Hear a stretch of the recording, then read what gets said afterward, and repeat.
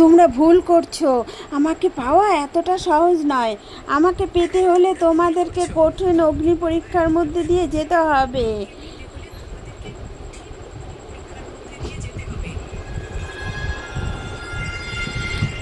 ওই পাপ্পু, আমার কথা শোন ছাড়া। এই জঙ্গল আর আগের মতো নেই। এখানে শান্তিতে বসে কেউ রুটি পর্যন্ত খেতে পারে না। কখনো সাপ চলে আসে, কখনো বিড়াল এসে ভয় দেখায়। আমাদের এমন কোনো ভালো মানুষ খুঁজতে হবে যার মনটা পরিষ্কার ও যার বাড়িতে ভালো। বান্টি ভাই, তুমি কিসব কথা বলছো? মানুষের ওপর ভরসা করা মানে নিজের হাতে বিপদ ডেকে আনা। তারা খুব লোভী হয়, তারা নিজের স্বার্থটাই। আরে এসব বাদ দে। দুনিয়ায় শুধু খারাপ মানুষটাই চলে না। চল, কোনো ভালো মানুষ খুঁজি, তার বাড়িতে যাব, তাকে সাহায্য করবো আর নিজেরাও একটু আরামে থাকবো। আমার মন বলছে নিশ্চয়ই কোনো ভালো মানুষ পাওয়া যাবে। সাহস করে এগিয়ে যাই। দুজন একটু দূর যাওয়ার পর দেখি এক কৃষক গাছের নিচে বসে ফুপিয়ে ফুপিয়ে গান। দুজনে একটু দূর যাওয়ার পর দেখি এক কৃষক গাছের নিচে বসিয়ে ফুপিয়ে ফুপিয়ে কাঁদছে। হে ভগবান, তুমি আমাকে এত ছোট জীবন দিলে আর দুঃখ দিলে এত বড়। এখন আমি কোথায় যাব? আমার ছোট্ট মেয়েটার কি হবে? এই পাপু, দেখ, এই লোকটা খুব দুঃখে আছে। মনে হচ্ছে জীবনে কোনো বড় একটা সমস্যা। চল গিয়ে জিজ্ঞেস করি।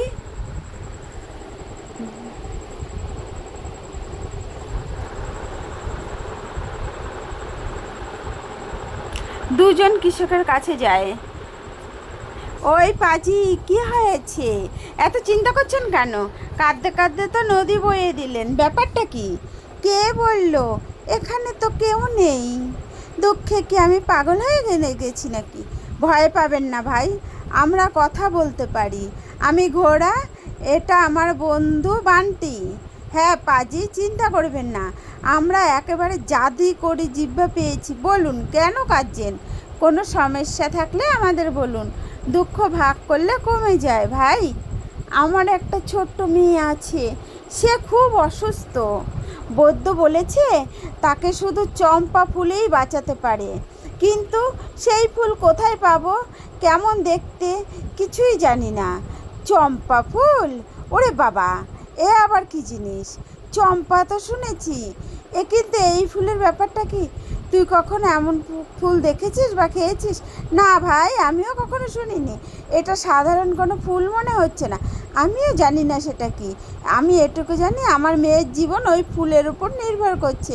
পাজি, আপনি সাহস রাখুন, ভয়কে দূরে ফেলুন, আমাদের স্ত্রীর কাছে নিয়ে চলুন। ভাবিজি হয়তো কিছু জানেন, আমরা আপনাকে সাহায্য করব। এই চম্পা ফুল আসলে কে? আমরা তো পুরো বাগান খুঁজে ফেলবো। আপনি শুধু কান্না বন্ধ করুন, এইভাবে ভালো লাগে না। হ্যাঁ ভাই, চলুন, আমাদের আপনার স্ত্রীর কাছে নিয়ে চলুন, কোনো না কোনো উপায় বের করব। চলুন পাজু, দেরি করবেন না। পাপ্পু, তাড়াতাড়ি পা চালা, আমরা চম্পা ফুলের খুঁজে বেরোচ্ছি।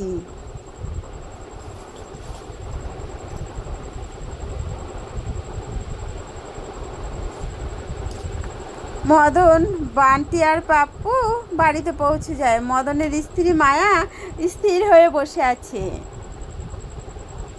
শোনো মায়া, আমার সাথে কারা এসেছে? আমাকে তাড়াতাড়ি চম্পা ফুলের ব্যাপারে বলো। আমি যেখান থেকেই হোক সেটা এখান থেকে খুঁজে। মদন, তুমি কি পাগল হয়ে গেছো? ঘরে এত বড় বিপদ, তুমি একটা ইঁদুর একটা ঘোড়া নিয়ে এসেছো, এদের দিয়ে তুমি চম্পা ফুল খুঁজবে? ওহো ভাবিজি, আপনি তো আমাদের দেখে আরও টেনশনে পড়ে গেছেন। চিন্তা করবেন না, আমরা ওই ফুল খুঁজে বের করব। আমাদের জুটি একদম নাম্বার 1। এই ইন্দুরটা তো কথা বলছে, আর কি অদ্ভুত ভাষায় কথা বলছে। ভাবিজি, শুধু এইটুকুই না, আমিও কথা বলতে পারি। আমরা সাধারণ প্রাণী না। আপনি শুধু আমাদের পথটা বুঝিয়ে দিন, ওই ফুল কোথায় পাওয়া যাবে, আমরা সেটা নিয়ে ফিরবো। তোমরা যদি ওই আমার মেয়ের প্রাণ বাঁচাতে পারো, তাহলে তোমাদের প্রাণের মতো নয়, নিজের সন্তানের মতো ভালোবাসবো আর লালন পালন। মায়া, এখন আবেগের সময় না, আগে তাড়াতাড়ি বলো কোথায় সেই ফুলের কথা শুনেছিল। আমি অনেক আগে বুড়ো বাবার কাছ থেকে শুনেছিলাম ওই ফুলটা একটা পুরনো পুকুরের ধারে ফোটে, কিন্তু সেখানে পৌঁছতে হলে তোমাদের কালিন্দির জঙ্গলের মধ্যে দিয়ে যেতে হবে। সেই জঙ্গল খুবই ভয়ঙ্কর আর বিপজ্জনক, সেখান থেকে কেউ ফিরে আসে না। ওহো ভাবিজি, আপনি বিপজ্জনক বনে তা আমার রক্ত গরম করে দিলাম। আমার চালাকি আর ঝড়ের গতি কোনো জঙ্গল টেকতে পারবে না। আপনি শুধু মেয়ের খেলা রাখুন, আমরা এখনই ফুল নিয়ে ফিরে আসবো। এই ধরুন। হ্যাঁ ভাবি, আমরা খুব তাড়াতাড়ি ফিরে আসবো বান্টি ভাই, এখন আর দেরি করা যাবে না, চল এখনই বেরোই।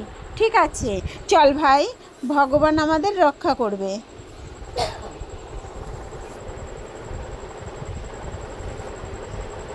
এরপর তিনজনে বাড়ি থেকে বেরিয়ে পড়ে। যাত্রা চলতে থাকে। সূর্য ডুবে গেছে, চারদিকে ঘন অন্ধকার নেমে এসেছে। তখনই পথে একটি পুরনো ভয়ানক গুহা দেখা গেল। হঠাৎ সে গুহার ভেতর থেকে একটি কষ্ট ভরা আওয়াজ ভেসে এসো, বাঁচাও আমাকে, বাঁচাও, বাঁচাও আমাকে, বাঁচাও, কেউ আছো, আমাকে বাঁচাও। মদন ভাই থামুন, এই আওয়াজটা কোনো মানুষের মনে হচ্ছে যে কোনো বড় বিপদে আছে। হ্যাঁ বাপটি ঠিক বলেছ, আমাদের ভিতরে গিয়ে দেখা উচিত, কেউ খুব কষ্ট পাচ্ছে। ওহো, কোনো সমস্যা নেই পাজি, চিন্তা করবেন না, ভিতরে গিয়ে দেখি কোনো সামনে এসে তার রক্ষা নেই। চল সেনারা। তিনজন সাহস জোগাড় করে গুহার ভেতরে ঢুকে পড়ে। ভেতরে দৃশ্য দেখে তাদের কাঁটা দিয়ে ওঠে। এক সিদ্ধ তান্ত্রিক মাটিতে পড়ে কষ্টে ছটফট করছে। বাবা, আপনার এই কী অবস্থা? আমি কি আপনাকে সাহায্য করতে পারি? দেরি করবেন না মদন ভাই, বাবাকে তাড়াতাড়ি আমার পিঠে তুলে দিন, আমরা তাকে বৌদ্ধর কাছে নিয়ে যাব। ওহে বাবাজি, আপনি ঘাবড়াবেন না, আমরা পুরো সাহায্য করব, আপনাকে কিছু হতে দেব না, একটু সাহস রাখুন পাজি। না না বেটা, এখন অনেক দেরি হয়ে গেছে, এখন আমার ভাগ্যে যা লেখা ছিল তা আমাকে ভোগ করতেই হবে। আমার এই লোভী শিষ্য আমাকে বিষ খাইয়ে দিয়েছে। সে আমার সবচেয়ে মূল্যবান জিনিসটা ছিনিয়ে নিতে চেয়েছিল। সে ভুল জিনিস নিয়ে পালিয়ে গেছে, যা তার সর্বনাশ করবে, কিন্তু আসল আমানত এখনও আমার কাছেই আছে। এতটুকু বলে তান্ত্রিক একটি জাদুকরি আয়না বের করেন। আমি একজন সৎ মানুষের অপেক্ষা করছিলাম, আর প্রকৃতি তোমাদের এখানে পাঠিয়েছে। এই জাদুর আয়নাটা এখন তোমাদের আমানত। শোনো বাচ্চারা, এই আয়নাটা সবসময় তোমাদের হাতে থাকবে না। যখনই তোমরা বিপদে পড়বে শুধু এটাকে ডাকবে, হে জাদুকরি আয়না প্রকাশ হও। এটার সাথে সাথে তোমাদের সামনে হাজির হবে এবং সঠিক পথ দেখাবে। মদন, বান্টি আর পাপ্পি বিষয় বড় বড় চোখ করে আয়নাটার দিকে তাকিয়ে থাকে। বেটা, একটা কথা মনে রেখো, এই আয়নার পথে কখনো লোভ করো না, শুধু নিজের প্রাপ্য জিনিসই চেয়েও, আর মনটা পরিষ্কার রাখো। যতক্ষণ তোমাদের নিয়ত ভালো থাকবে ততক্ষণ এটা তোমাদের সেবক হয়ে থাকবে। এতটুকু বলে তান্ত্রিকের শরীরে হালকা নড়াচড়া হয়, তারপর তার চোখ চিরতরে বন্ধ হয়ে যায়। গুহার ভেতর নিচে নিস্তব্ধতা নেমে আসে। তান্ত্রিক বাবা মরতেও আমাদের ভালো চেয়েছে, আমরা এখন এখান থেকে যেতে পারি না। আমরা সকল হওয়া পর্যন্ত অপেক্ষা করব এবং পূর্ণ সম্মানের সঙ্গে তার শেষকৃত্য করব। তার অগ্নি দিয়ে পঞ্চভূত কর্তব্য, ভূটবিলিং করা আমাদের কর্তব্য। পরের দিন সকালে মদন তান্ত্রিকের শেষকৃত্য সম্পূর্ণ করে। ছাইকে প্রণাম করে তিনজন আবার তাদের লক্ষ্যপথে রওনা দেয়। এখন তাদের কাছে এমন এক শক্তি ছিল যার কালিন্দির ভয়ঙ্কর জঙ্গলে তাদের রক্ষা করবে। সূর্যের তাপ আর জঙ্গলের ভীতিকর নীরবতার মধ্যে মদন, পাপ্পু আর বান্টি টানা 2 দিন ধরে হাঁটছে। চারদিকে উঁচু নিচু পুরনো গাছ, তাদের ডালপালা একে অপরের সঙ্গে জড়িয়ে যেন একটা জাল তৈরি করেছে। কোথাও কোনো পাখি দেখা যাচ্ছে না।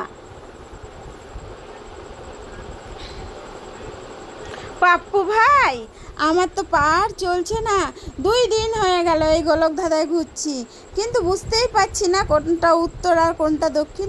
মনে হচ্ছে আমরা শুধু ঘুরপাক খাচ্ছি। সত্যি বলছো মদন ভাই? আমার চোখের সামনেও অন্ধকার নেমে আসছে, না ঘাসের খোঁজ আছে না পানির। যদি এমনই চলে তাহলে চম্পা ফুলে পৌঁছানোর আগেই আমরা মারা যাব। ও হে পাজি, আপনারা তো একেবারে হাল ছেড়ে দিলেন। আরে বোকা লোকেরা, তান্ত্রিক বাবাটা যে আয়নাটা দিয়েছিল কবে কাজে লাগাবে? বের করো। বিপদে কাজে না লাগালে কি মুখ দেখার জন্য রেখে দিয়েছো? বের করো। আরে হ্যাঁ বান্টি, তুমি একদম ঠিক মনে করিয়েছো। আমি তো ভয়ের মধ্যে জাদুকরি জিনিসটাই ভুলে গিয়েছিলাম। হে জাদুকরি আয়না, তুমি যেখানে থাকো আমার সামনে উপস্থিত হও।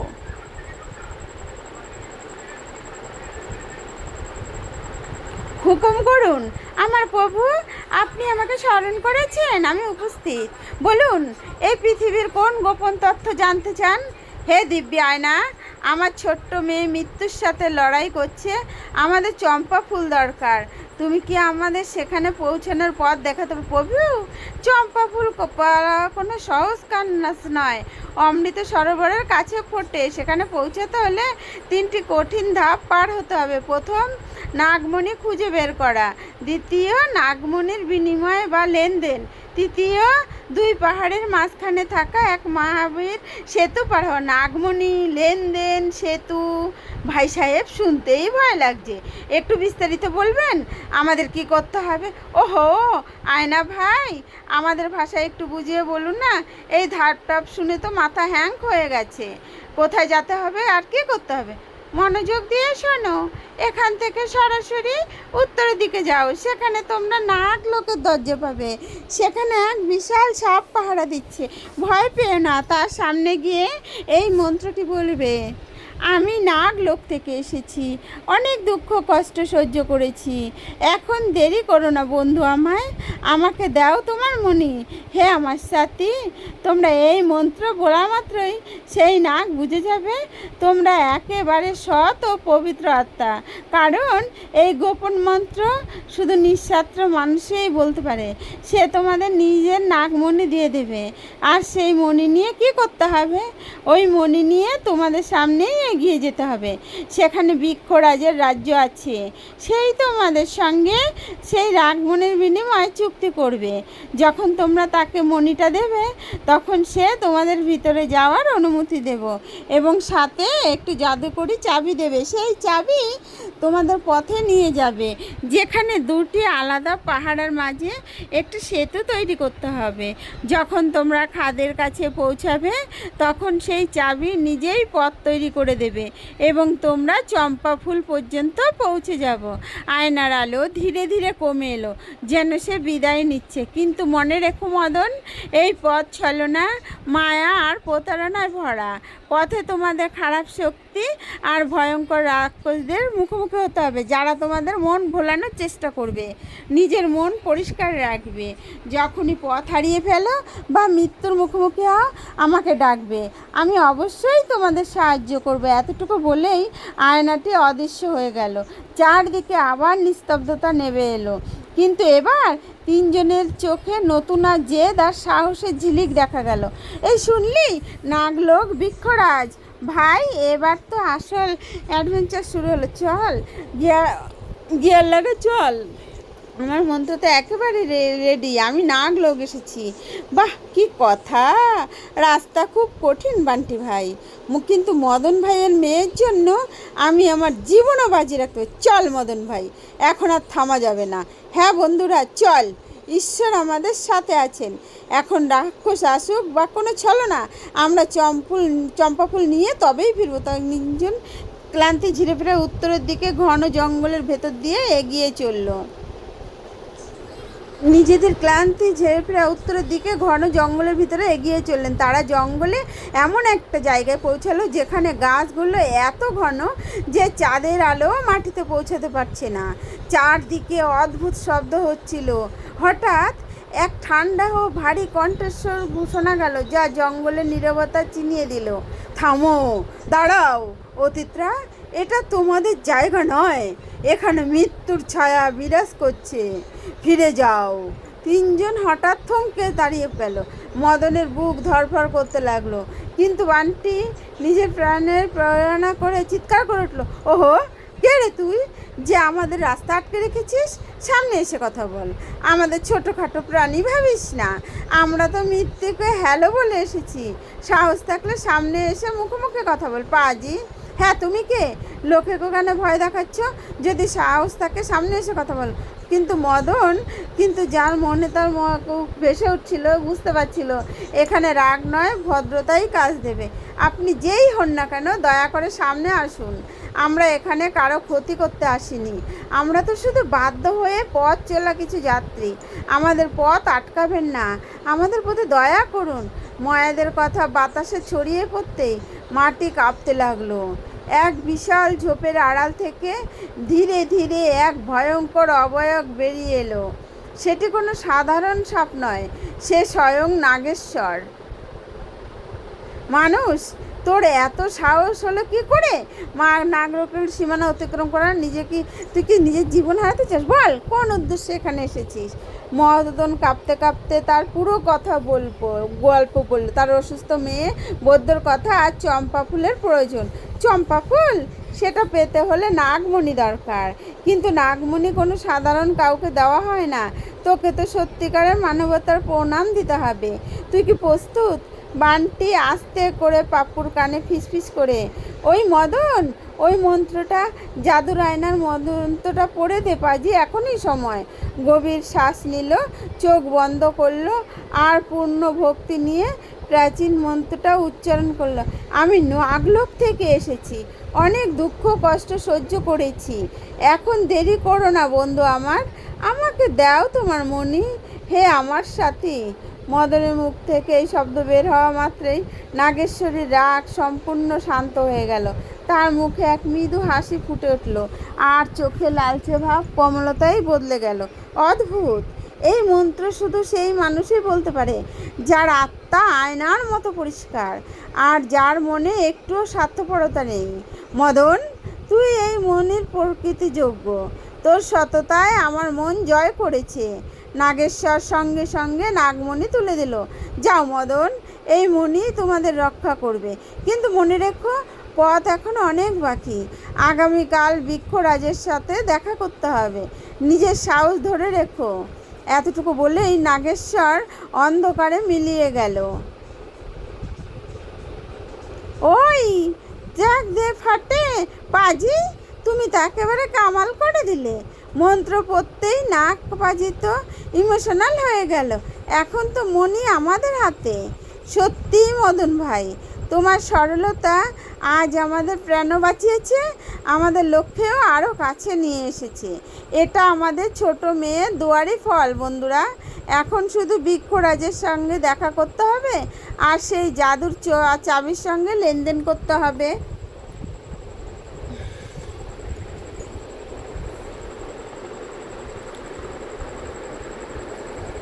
মদন, পাপ্পু আর বান্টি উত্তেজিত হয়ে সামনে এগিয়ে চলল।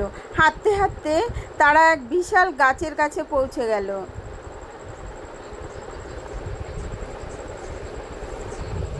থামো প্রতিকরা, কার অনুমতিতে তুমি বৃক্ষরাজের সীমানায় ঢুকেছো? এখানে আমার অনুমতি ছাড়া পাখিও ডানা ঝাপটাতে পারে না। এখান থেকেই আমার রাজ্য। হে বন দেবতা, হে বৃক্ষরাজ, আমি কোনো অনধিকার প্রবেশকারী নই। আমি একজন ব্যবসায়ী আর আপনার সঙ্গে একটু বড় লেনদেন করতে এসেছি। লেনদেন? এক সাধারণ মানুষ আমার সঙ্গে কী লেনদেন করবে?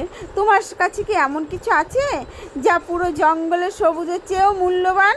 ওহো পাজি, দেখেই আমাদের ছোট করে ফেললেন। আমাদের মদন পাজি কিন্তু সাধারণ কেউ না। আমরা এমন জিনিস এনেছি যা পুরো জঙ্গলকে উজ্জ্বল করে দেবে। বলুন তো লেনদেন মঞ্জুর আছে কি না?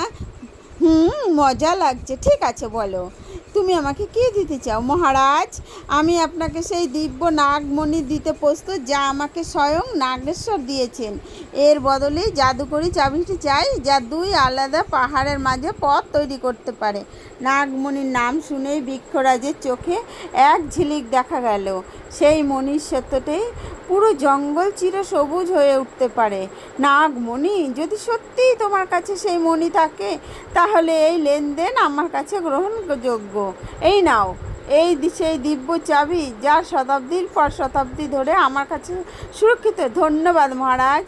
এখন দয়া করে বলুন এই চাবিটি কী করে ব্যবহার করতে হবে।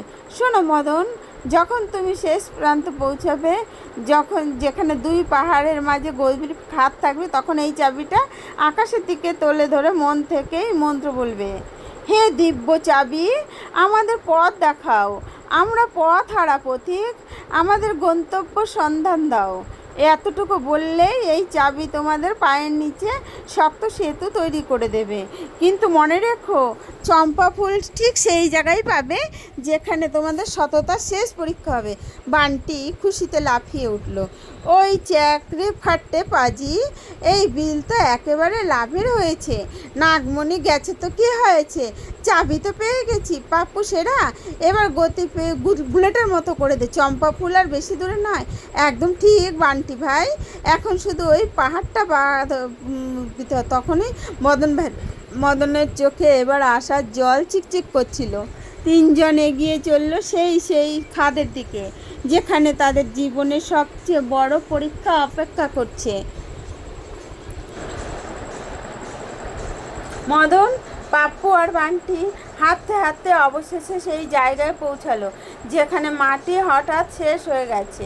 তাদের সামনে দাঁড়িয়ে আছে দুটি বিশাল পাহাড়, আর মাঝখানে এক গভীর খাদ যেখান থেকে ধোঁয়া আর আগুনের শেখা বেরাচ্ছে। নিজে পানি নয়, ফুটন্ত লাল লাভা প্রবাহিত হচ্ছে। মদন ভাই, এটা আবার কি জিনিস?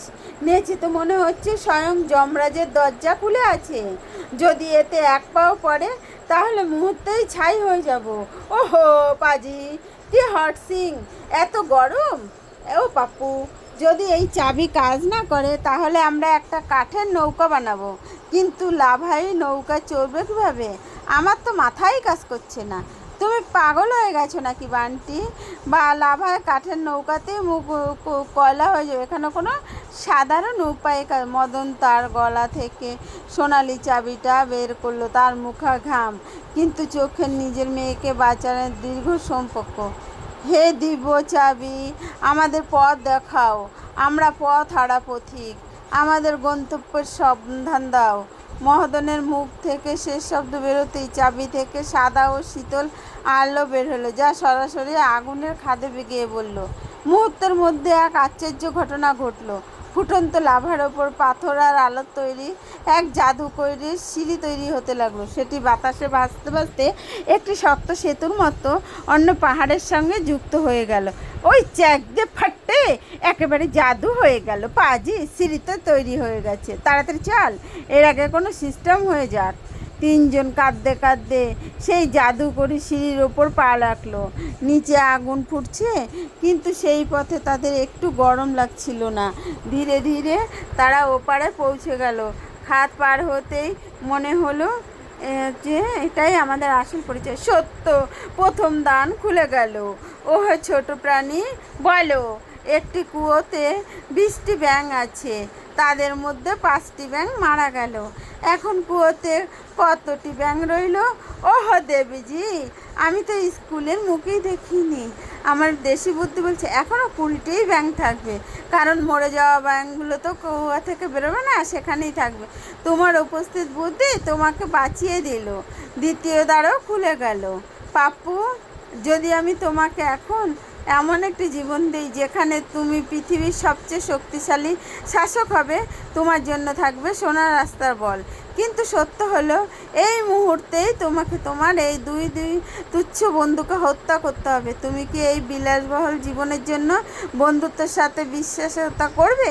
দেবী, যে রাজকীয় সুখ বন্ধুর রক্তের উপর দাঁড়িয়ে থাকে তার সুখ নয়, নরক। আমার বন্ধুরা আমার আত্মা, তাদের ছাড়া আমি মাটির পুতুল। আমি আপনার সেই রাজকীয় জীবন চাই না। আমি আমার বন্ধুত্ব আর বিশ্বাসতাকেই বেছে নেব। অসাধারণ পাপ্পু, তোমার নিয়ত আমাকে জয় করেছে। আমি তোমাদের সঙ্গে চলতে প্রস্তুত। কিন্তু আমার সুগন্ধ এত মোহনীয় যে এই পথে তুমি যাবে, রাক্ষস এবং ডাইনিরা তোমার পিছনে আসবে। গ্রামে পৌঁছালে সতর্ক হও, কারণ আমার গন্ধ গ্রামের লোকদেরও তোমাদের বাড়িতে টেনে আনতে পারে। রাত্রির অন্ধকারে তোমাদের বাড়ি পৌঁছতে হবে। ওহো পাজি, টেনশন নেও না, আমাদের কাছে তো জাদুকরি আয়না আছে। হে জাদুকরি আয়না, আমাদের এই বিপদ থেকে বের করো এবং আমাদের আঙিনায় পৌঁছে দাও। যাত্রাপথে তারা কাটা ও লাভার মধ্যে দিয়ে এগোয়, কিন্তু যাওয়ার পর সম্পূর্ণভাবে বিশ্বাসের ওপর নির্ভর করছে। মদন কিছু দূর এগিয়ে এসে একটি প্রাচীন গুহার সামনে পৌঁছায়। গুহা কোনো সাধারণ পাথর নয়, এটি এক সময় দরজা। ভিতরে ঢুকেই শুধু গ্রামে আর বাড়ির নাম বললেই হবে। বলক ফাটক আগেই আমাদের আঙিনায় পৌঁছে দেবে। তারা গুহার ভেতরে প্রবেশ করে, যেখানে বাতাসে এক অদ্ভুত কম্পন অনুভূত হয়। মদন চম্পার ফুল দৃঢ়ভাবে ধরে চোখ বন্ধ করে পুরো বিশ্বাসের সঙ্গে স্বীকার করে। জাদুকরি গুহা সঙ্গে সঙ্গে তাদের বাড়ির আঙ্গনে পৌঁছে দেয়। মদনের মেয়ে নিরাপদে সুস্থ হয়ে যায়। তাহলে বন্ধুরা, কেমন লাগলো আমার গল্পটা? কমেন্টে অবশ্যই জানাতে ভুলবে না। আর হ্যাঁ, আর তুমি কোথা থেকে আমার এই গল্পটি দেখছো সেটাও জানিও, ঠিক আছে? সেটা জানিও। এবং বন্ধুরা, গল্পটি কেউ স্কিপ করো না, একটু মন দিয়ে দেখো, ঠিক আছে বন্ধুরা? প্লিজ একটু আমার গল্পটা দেখো। যদি ভালো লাগে তাহলে লাইক কমেন্ট শেয়ার করে দিও, ঠিক? লাইক কমেন্ট শেয়ার করে দিও। বন্ধু হয়ে পাশে আছি, পাশে থেকো বন্ধু। বন্ধু হয়ে পাশে আছি, পাশে থেকো বন্ধু। আমার গল্পটা যদি ভালো লাগে তবে তোমরা একটু লাইক সাবস্ক্রাইব করে দিও, ঠিক আছে বন্ধুরা? এবার তাহলে আমরা আসি। ভালো থেকো সবাইকে, তোমরা একটু সাবস্ক্রাইব করে দিও, ঠিক আছে সবাইকে? এবার আমি জানাই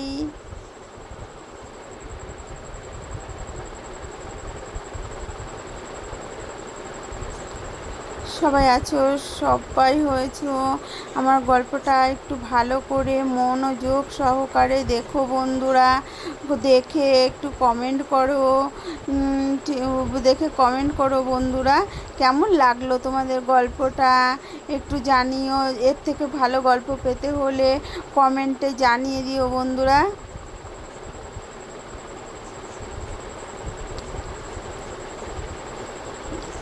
এখানকার মতো আমার গল্প শেষ।